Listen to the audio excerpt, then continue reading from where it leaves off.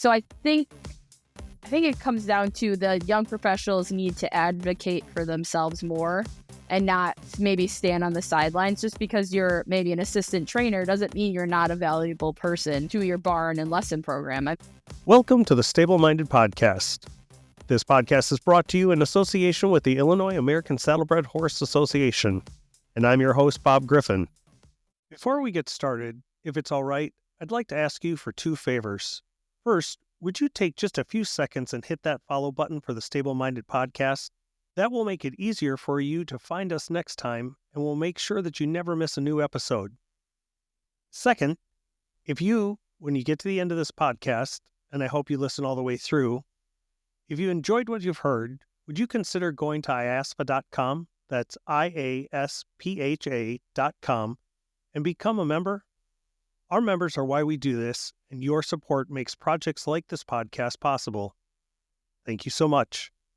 Today's episode started out as a practice interview meant to help me learn how to better ask questions, edit content, and was never supposed to be published. What it turned out to be was so much more.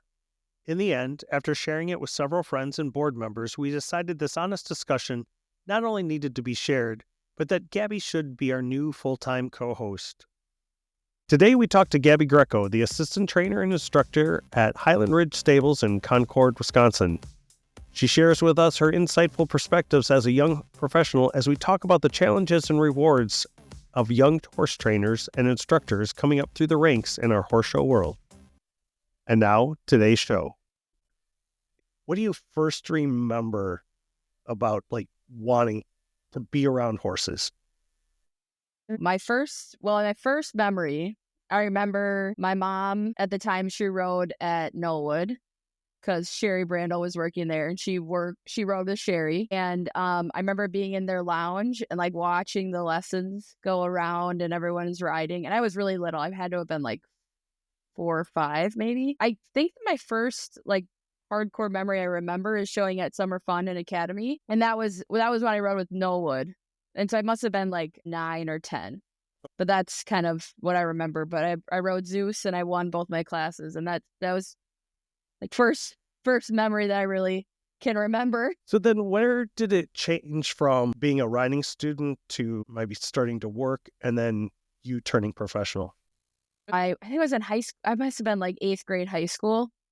And, they always, the barns with lesson programs are always looking for helpers. They're always looking for kids to help and chip in. So I was like, oh yeah, of course I'll do that. And Sherry and Sarah at that time had a very good helper program, and we'd help and we'd do the lessons, and just kind of all through high school worked at the barn, helping at shows. I think riding my whole life, and especially my family, we worked a lot because my grandma owned a restaurant. So me and my cousins would always be helping in the restaurant and stuff. So we kind of grew up with a strong work ethic. And I vividly remember one year at Madison Classic, I think we must have had over 20 horses going in one session. It was actually insane. There was a horse every single class. And Sherry and Sarah were like, we want you just to stay at back of the barn. We want you to just make sure everyone gets out.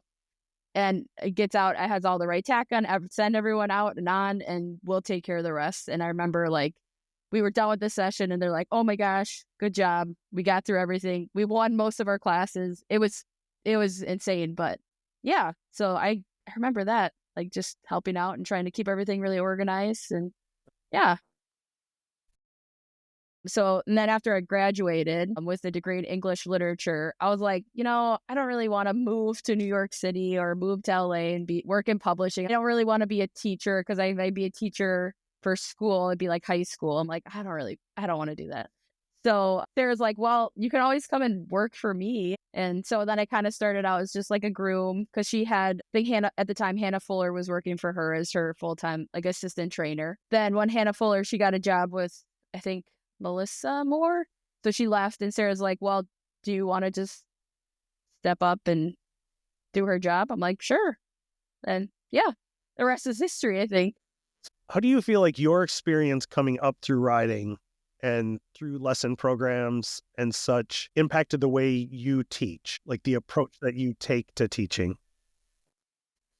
I mean, you kind of you gather information and teaching styles from everyone. I think you've ridden under, or you even like I listen to other people at horse shows when they teach their students and riders. I'm like, oh, that's an interesting point. And I think just if you ride at a lot of places, you learn a lot of different stuff and a lot of techniques and skills, and you can kind of bring that into your every student that you teach. I try when I teach, I try to make the kids, I try to push them, but without being like super pushy, right? And try to make them feel comfortable, make sure they're having fun. Just try to when I teach, I try to work on like one thing at a time. And Sarah's really taught me that, like, okay, we got to practice. Let's just practice circles and stopping.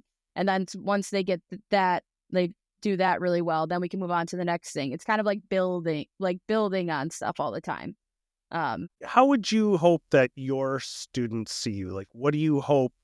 I mean, besides just learning how to ride and being a better horseman, like, what do you hope that they take away from their time with you? Well, I hope they're constantly learning and improving, and they're like, if they make a mistake, they're like, okay, maybe I can fix it by doing this. And I try to give them all options of be like, okay, you did this really well, but we need to work on this a little bit more. And hopefully I can be like a mentor to them if they have any questions. The other day I had a girl, she's not little, she's like 11, I think. She had a really, really tough lesson. And at the end, and she was unfortunately crying a little bit. She was fine, but she was just frustrated. And I'm like, you in a few months, when we come back to this particular horse, you're going to be like, oh my gosh, this was so hard for me, but now it's easy because I've done this. So hopefully telling the students that, it might be tough right now, but in the future, you're going to move past it. You're going to become a better rider, better person, because it was challenging for you at this time. Love that answer. When you're not in the barn, what does life look like for you? When I'm not in the barn, I enjoy going to the movies. I actually have a movie today I'm going to go see. I love to read. So I'm in a book club for it's silly, but it's fun. It's like romance books, but yeah, very easy, easy reads, but it's fun. So I meet with that once a month. I like to, when the weather's nice, take dogs out for a walk. Yeah, just, I don't know, hanging out with my friends occasionally. Yeah. Here's a question I had. How do you explain to your friends what you do for work? Or even just strangers that maybe don't know you and they're like, so what do you do? Yeah. So the funny thing is I don't have a lot of friends that are outside the barn.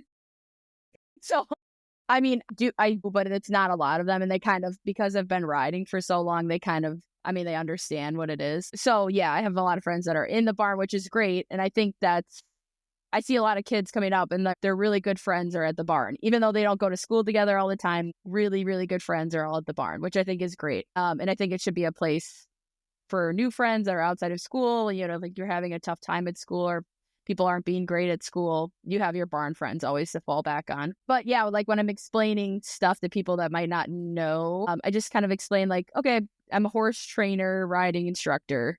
And usually they kind of understand, but the show horse part of it gets them a little tripped up because they're like, okay, well, what do you do? Like, what's the point? You're just going in circles? No, well, it's so much more than that. It's like the riders controlling them, that's how the horse performs, if they behave, all that good stuff. I'm like, it's hard to ride a horse. And especially when you're 8 years old, you're thinking about a lot of things. And that's my job to tell the kids what they're doing, what they should be doing, what they need to improve on. I feel like this is a little bit of I don't know if it's a weird question. It's a little outside, but have you thought about what drives you? Like what gets you up every morning, gets you in the barn on those days that you just are like, I'm calling in sick today?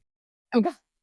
I actually had one of those days the other day where Sarah was like, oh, you haven't ridden this horse in a while. You should ride it.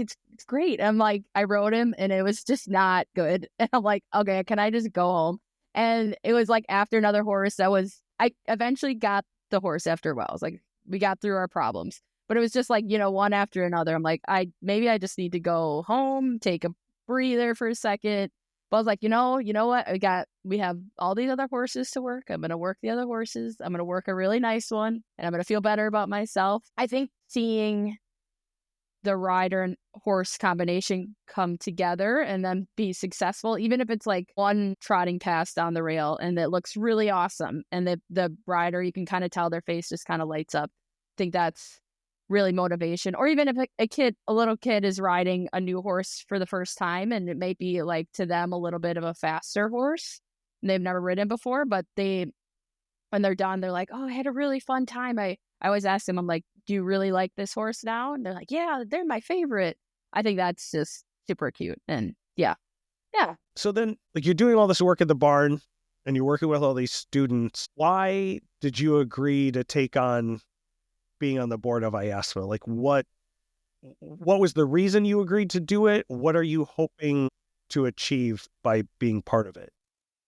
Well, now that my late years, I guess now that I'm 30, I was like, I should really be getting more involved with local organizations and horse shows that we're going to all the time, see if there's anything that I can help improve or help within these organizations, because I think it's really important. If these shows run well and people enjoy the shows, they're going to come back to the shows, which is great because going to horse shows is our livelihood, right? Like we do the lessons and the show horses, but what's the point if we're not like showing off those skills that we've learned at the horse shows? So, and I always have a great time at IASPA. I love seeing all the other horses, trainers, riders, and just generally being around a lot of supportive people. And now that I'm 30, I'm like, okay, I need to get involved. I need to help out. I need to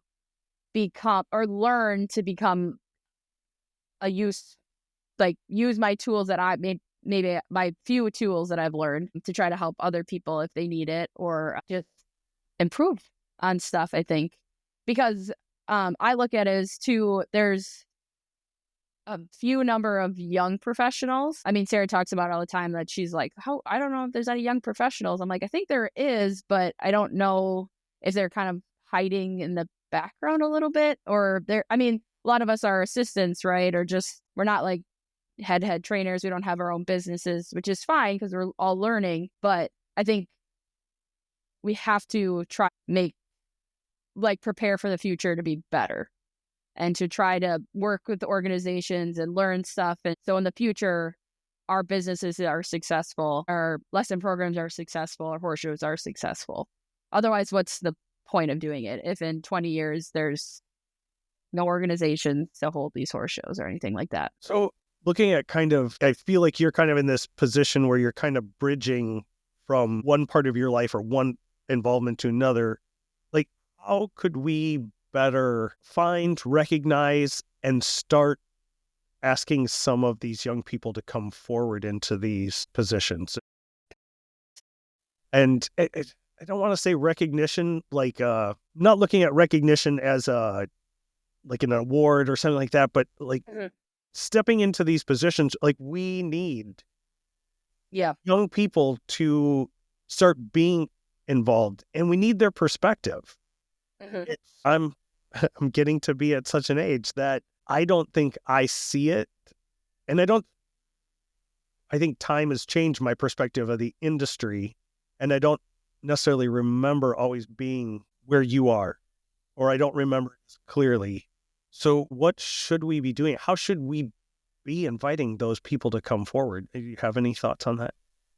That's a good question, because I think a lot of the times, the young professionals maybe are not willing or not afraid, but like they don't want to speak up maybe, or say like voice their concerns, stuff like that, for fear of their bosses being angry, or like, I don't know, getting like a slap on the wrist. And I'm fortunate to work for a really great person who always takes into consideration my thoughts and opinions. She's always willing to keep like me in conversation, in the loop. So I think it comes down to the young professionals need to advocate for themselves more, and not maybe stand on the sidelines. Just because you're maybe an assistant trainer doesn't mean you're not a valuable person to your barn and lesson program. I think a lot of the time, if there weren't assistant trainers and young professionals, nothing would go as smoothly. I think it also is hard because some people may not want to, they want all the glory, but they don't want to do the hard work that takes to get there. It is hard because a lot of people need to like kind of step up more, I think. And that doesn't come from laziness, but I think it comes from maybe being burned out a little bit, unfortunately. I guess, what does burnout look like to you? Or what do you, or when you, if you either, whether you see it in yourself or you see it in somebody else, like, what are the symptoms of that? And then what can we do to help alleviate some of that? Yeah, I think like sometimes like I can tell myself in the summer, in like the heart of show season, like I don't know if it's pure exhaustion or just being over it sometimes. I will like, but I think it's a little bit of a detachment and not as putting your whole heart and soul into it, maybe. But I think that could just be like I'm at burnout. I see it a lot in other people when they're like, oh, I just don't feel like getting up in the morning and doing that. And I'll have days like that where I'm like, my heart's not in it today. I try to push through. And I think teaching lessons really helps with that. And I know a lot of people are not people. They're like horse people, which Yeah. is fine. We need those kinds of people too. But a lot of times the lesson people are easier to deal with sometimes than horses. Because it's like they're just happy to be able to trot a circle, and they're like, so even if I'm having a tough day with horses, I'm like, oh, okay, I have some lessons. Oh, and this little kid is working on diagonals, and they got their diagonals 75% of the time, and they're really happy about it, and then that makes me happy about it, and makes me feel like, okay, I'm working on stuff with them. We're getting it. It's getting better. But yeah, burnout. And I think especially with social media and the internet does not help because you're always constantly seeing other people that might be more successful than you. A lot of times, like I'll see, and it's not even horse people. It's like people on the internet and they're like, oh, at 25, I have all this stuff. I'm like, well, that's not where I'm at my life. I'm on a different path. I've achieved so much on my own journey. I've achieved a lot. And that's like, you can't compare yourself to other people, which is, I know it's really hard because you're constantly seeing other people like, I just got this, I just got that, I'm traveling to blah, blah, blah. And you can kind of feel like a little stuck. But I think to try to combat burnout, you have to take a step back and you have to take, even if it's like one day, you just take one day. And that if that means like you take one day to do all your errands, or you take one day of just literally sitting in your bed, that's fine. Or watching a show, that's fine. If that's what you need to do, if that what your brain is like, oh, we just need to lay in my bed all day, that's great. And then maybe the next day you'll be like, okay, well, I'm ready to go. I'm ready to try something new. I'm ready to step back in it. So, yeah. Circling back just a little bit to your, like, talking about like teaching and letting that kind of help with the burnout. Do you think that it gives you some access to what maybe you came to loving this from? Like, I will say there are days that just honestly just put me in a quiet tack room and let me clean some tack. Yep.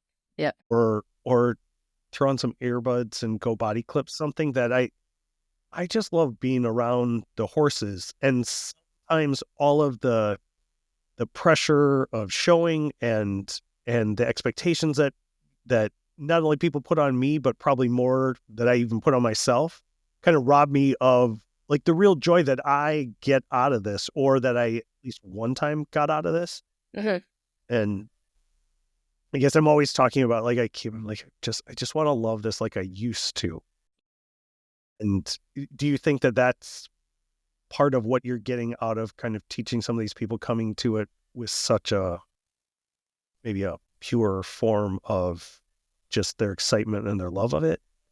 Yes, I think so. Because I think when you get with the show horses, I mean, people are really excited and they're excited to show their show horses.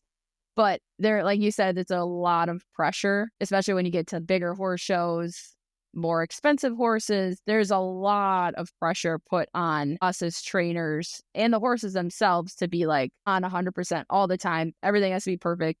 everything has to be great. We have to win every single class. And I just don't think that's feasible. It's not feasible all the time. You're going to have their horses, their animals, they're going to have a bad day. It's not anything anyone can plan or prepare for. Or the person might have a bad day. The rider might have a bad day. You might send them in there and it's just, they're not 100% with it. They're having something going on and they're not fully engaged, and maybe the horse is so great that they'll just fix it for them, and maybe they do win the class. But it's really hard when I think the money aspect is hard because you put a lot of pressure on, oh, I bought this horse for X amount of money. It needs to be great all the time. Well, that's not going to happen. There might always be someone that's always better than you or has a nicer horse, but you have to try to just make yourself happy and have a good ride and feel proud of yourself and feel like you had a good day or you improved on something from last time. And I think with lessons and academy riders, they're constantly learning and they're riding different horses and they're changing stuff up, and they're just happy to be there and happy to show and just be around the horses, which I think we kind of need to bring back with our show horses too. So, and this kind of dovetails into kind of your involvement in IASFA and what we're trying to do, but how do you think, or do you have any ideas about how we can bring some of that to shows? And it does seem like a lot of times the be all end all is a blue ribbon. And if it's not a blue ribbon, then it wasn't a good show and it wasn't a good experience and it wasn't a good weekend. And do you think there's something that we can do to make, I guess, for lack of a better word, a more well-rounded experience, like kind of regardless of how, I mean, we all want to go in and do our best. We're all shooting for that, but that also that, I guess I'm looking like somewhere beyond that time that you are seated in the saddle, that they get some more enjoyment out of like horse shows or being at the barn.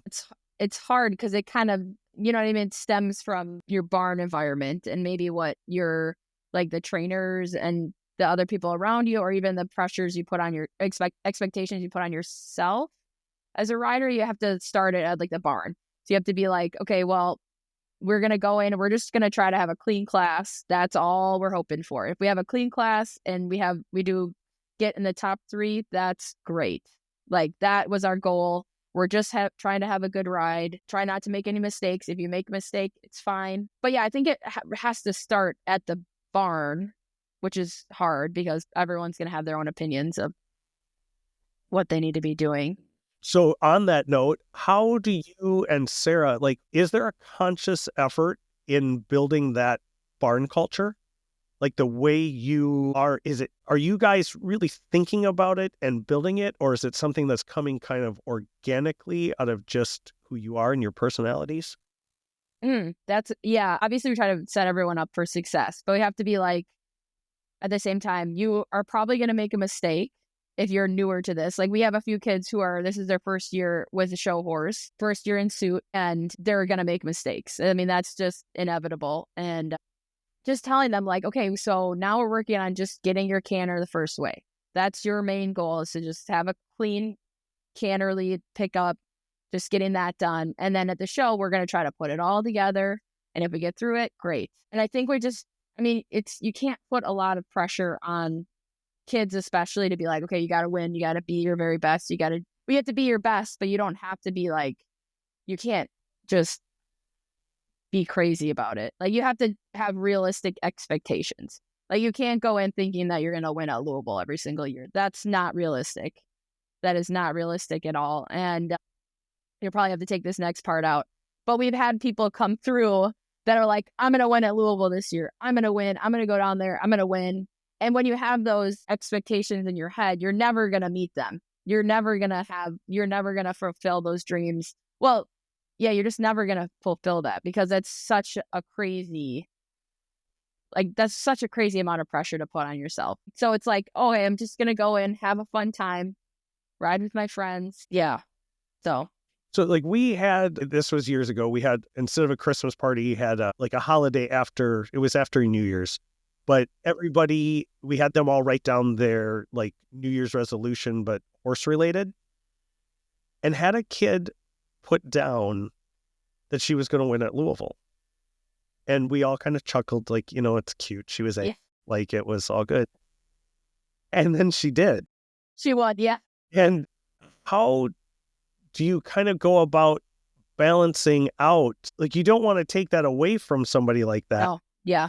That is their goal. But I mean, the honest to God's truth is that blue ribbon at any horse show is up to who's ever standing in the middle of the ring. Exactly. Yep. And trying to build a goal out of winning is kind of beyond your control. Mm-hmm. Versus trying to build yourself up to put your best foot forward, which may result in a blue ribbon. How do you balance that? Like, being realistic about doing that without taking, like, I don't want to squash an 8-year-old's dream, you know? I think you just have to keep telling them that you're on a journey and you don't know where that journey might end or where it's leading you to, but you're on a journey to have a good time, love your horse, and just feel like you have learned something new each time you show. So, and yeah, I think you have to set expectations. You have a goal, like the little girl, I think her name was Amanda, right? Who won, Amanda Trump. Yeah, she won. I think that's such a cute goal. And maybe she manifested it, right? She wrote it down. She was like, I'm going to win at Louisville. And then she did.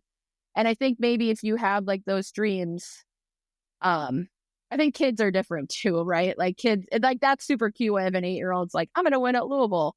And then it happens. Like that's amazing. I think it's like a little bit different with adults because they're maybe able to see the world a little bit more realistically, I guess, and more like not as through little kid eyes. But maybe we should be looking through this with our little kid eyes. Maybe that'll give us more better, I don't know, better expectations, I guess. Yeah.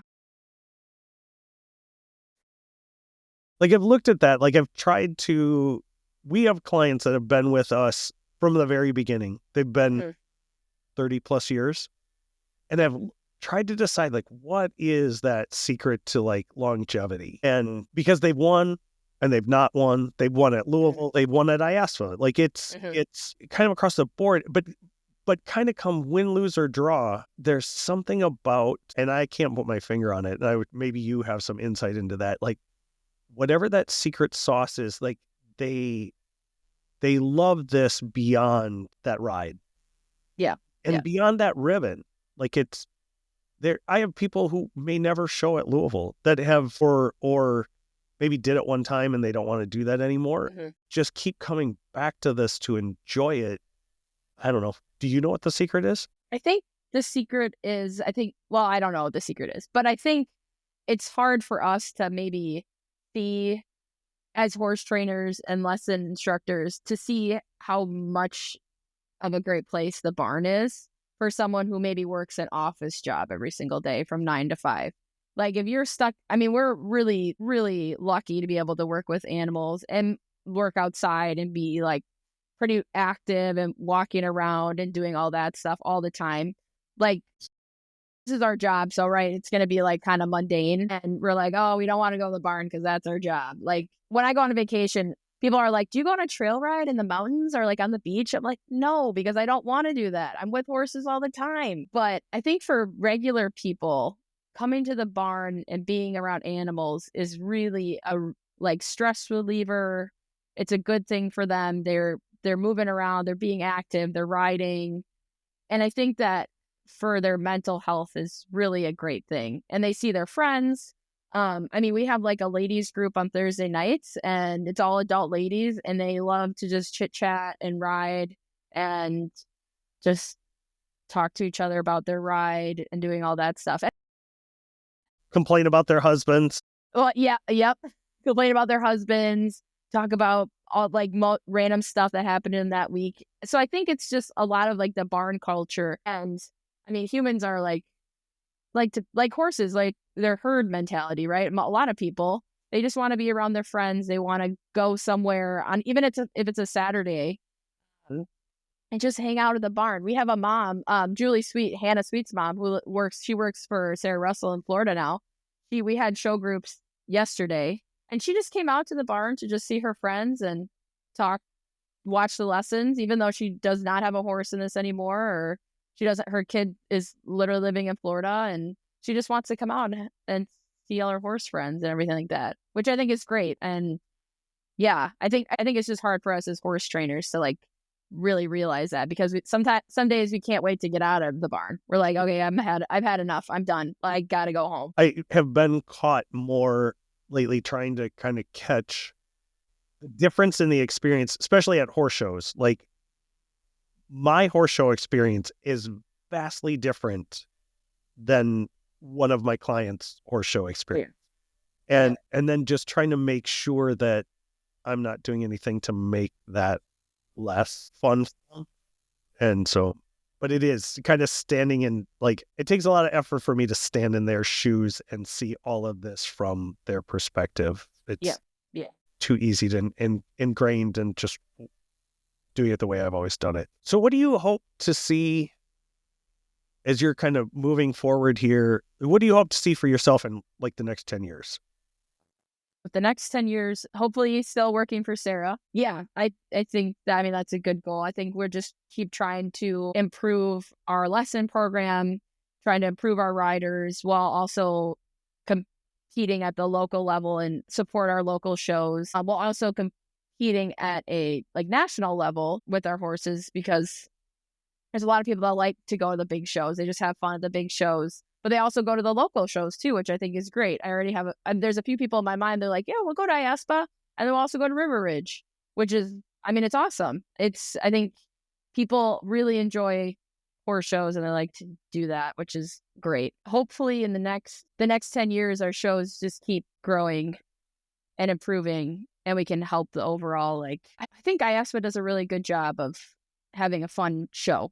It's just a fun time. So that's what I really enjoy. And I think hopefully just 10 years, keep teaching more kids, introducing kids to saddlebreds or just riding in general, so that they understand what it is, they enjoy doing it, and they enjoy being around horses.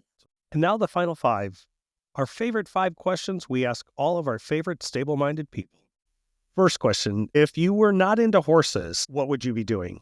Gosh, I've thought about it, but I haven't really thought about it. I think I'd probably go back to school and get my like master's in something that's really not in the real world like that useful. But I'd probably would go back and get like a master's in like British literature or something like that, or be like a curator at a museum. I think that would be really cool. To some degree, we all have a horse addiction.